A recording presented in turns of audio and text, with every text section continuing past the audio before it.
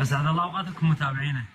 جاهز لتوفر ويانا واحد من موديلات 2026 موديل سالي، راح يكون بهذا الشكل وبهاي جودة الاصباغ مثل ما واضح عندكم باللون الاوف وايت والتطعيم السيلفري.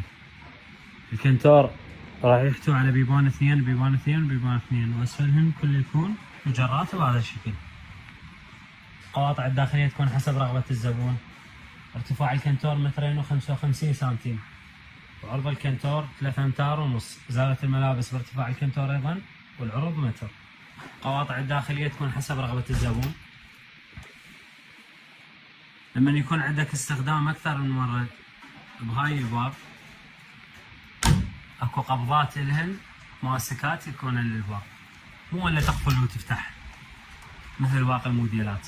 الداخل كله يكون صاج طبيعي، قفيص فراشه والنرماده شريطيه على طول الباب. الخشب المستخدم به كله لوح مصفى بهذا الشكل، وهذا اللوح مو سكيل. دنق الكنتور والغرفه كلها دنق زان مصري 7 سنتيم بهذا الشكل. جودة الاصباغ مثل ما واضحه عندكم هي يكون تسليم بهذا الموديل المحافظات خلال 24 ساعه وبغداد خلال ساعتين. زاوية الملابس بارتفاع الكنتور ايضا كلها تحتوي على دنق زان بهذا الشكل باللون الاوف وايت تطعيم السيلفري فوق. كوموديات التشربايه والتشربايه بهذا الجمال. تطعيم الاسطح تكون باللون السيلفري وكلها تحتوي على ارجل زان.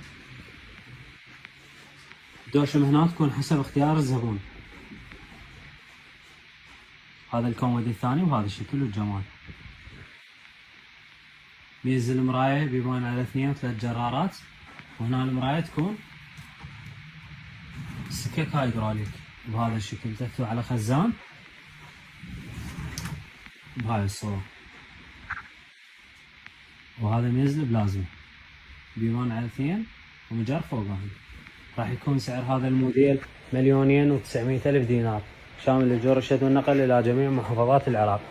معمل ومعرض سيف بغداد جديد خلف جامع السامراي.